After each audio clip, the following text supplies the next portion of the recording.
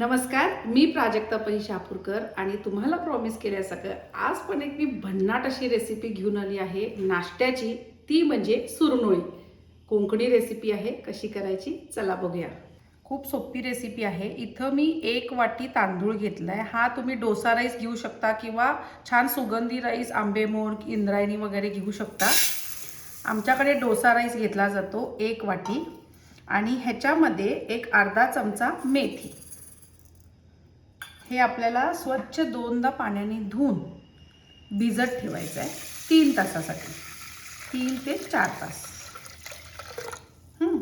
इथं मी त्याच वाटीनं 1 वाटी पोहे घेतलेत. तुम्ही जाड घेतलेत तरी चालतील, पातळ पोहे घेतलेत तरी चालतील. हे पण स्वच्छ धुवून पूर्ण पाणी काढायचं यातलं.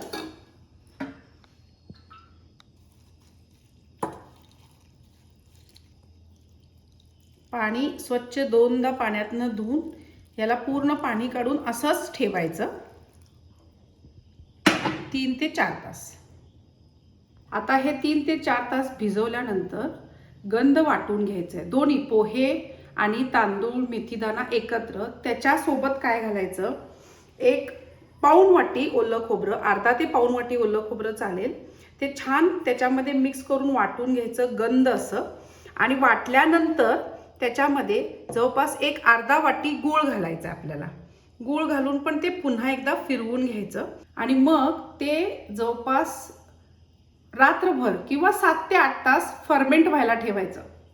इथं बघा मी ऑलरेडी तुमच्यासाठी हे पीठ जे आहे ते फर्मेंट करत ठेवलं होतं. हे बघा असं छान ह्याला फुगून येतं. हे बघा एवढं थिक पाहिजे आपल्याला. कन्सिस्टन्सी तुम्ही नंतर कमी जास्त करू शकता पाणी वगैरे ॲड करून. आणि आता काय करायचं आहे, आपल्याला जेव्हा सुरनोळी करायची आहे तेव्हा ह्याच्यामध्ये मीठ घालायचं चवीपुरतं. आणि हे सगळं छान मिक्स करून घ्यायचं.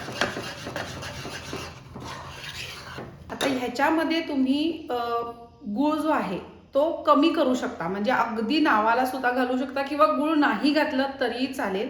पण ही गोड सुरनोळी आहे त्यामुळे ह्याच्यामध्ये गूळ हा आलाच पाहिजे. जर ज्यांना गुळाचा प्रॉब्लेम आहे, म्हणजे डायबिटीसवाले आहेत, ज्यांना गोड आवडत नाही, तेव्हा काय करायचं, पीठ थोडं सेपरेट काढायचं त्यांच्यासाठी, ज्याच्यात गूळ घालायचा नाही. आणि बाकीच्यांसाठी ही गोड सुरनोळी करायची. आता इथं मीठ सगळं व्यवस्थित मिक्स करून घेते. हे बघा असं हे पीठ व्हायला पाहिजे, ह्याची कन्सिस्टन्सी. आता आपण सुरनोळी करायला घेऊया. आता इथं मी भिडाचा तवा घेतला आणि हा नॉनस्टिक कसा करायचा तुम्ही भरपूर एपिसोडमध्ये दाखवलेला आहे, तर आता इथं दाखवत नाही. ऑलरेडी नॉनस्टिक हा छान झालेला आहे. आणि आता काय करायचं, हे पीठ जे आहे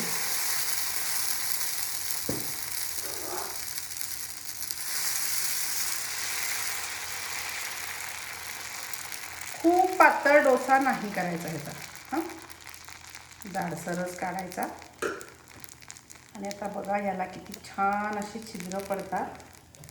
ह्याला तुपाने भाजायचं, तेलाने भाजायचं नाही. गोड सुरनोळी आहे आणि हे असं छान घरावी आपलं तूप जे असतं मस्त दाणेदार ते घ्यायचं आणि ते आपण ह्याला असं बाजूने सोडायचं. ह्या सुरनोळीला पलटी मारायची नसते, हे लक्षात ठेवा. त्यामुळे मीडियम गॅसवर ठेवायचं आणि ह्याला झाकण लावायचं, म्हणजे तो छान खाली क्रिस्प तयार होतो. गूळ असतं ना त्यामुळे खाली कॅरमलाइज होतं आणि छान क्रिस्पी तयार होतं आणि वरती ह्या झाकणामुळे तो शिजतो. येस, वाव, जाळी किती छान पडली आणि कलर किती सुंदर आलाय बघा गुळाचा. ह्याला असं अलगद आपण उचलून घेऊ. किती इझी निघते बघा, नॉनस्टिकची गरजच नाही आहे. येस, अजून जरासं ह्याला भाजू देऊ आणि मग काढूया. आता ह्याला पलटी अजिबात मारायची नाही आहे आणि अशीच ही सुरनोळी काढायची आणि ह्याच्यावर मस्तपैकी घरातलं लोणी. आता ह्याची बॅकसाईड दाखवते की कशी होते. हे बघा असा छान क्रिस्पी होतो. त्याच्यावर सुद्धा आपण लोणी घालायचं. आता ही सुरनोळी जी आहे ती अशी छान क्रिस्पी होते बॅक साईडला आणि वरून छान शिजते. हे बघा मस्त होते, खूप यम्मी लागते. खूप सोपी रेसिपी आहे आणि पारंपरिक आहे, कोकणी आहे. घरात त्यावेळेला फार साहित्य आणून खूप आवाजाऊ करायचं असं नव्हतं. जे घरात असायचं, आमची आजी सांगते, घरात जे अवेलेबल आहे त्याच्यापासून पदार्थ बनायचे.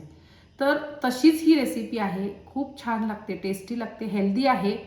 लहान मुलांपासून मोठ्यांपर्यंत सगळ्यांना आवडेल. आवडलं तर लाईक करा, कमेंट्स करा, शेअर करा आणि सबस्क्राईब करायला अजिबात विसरू नका. Master recipes.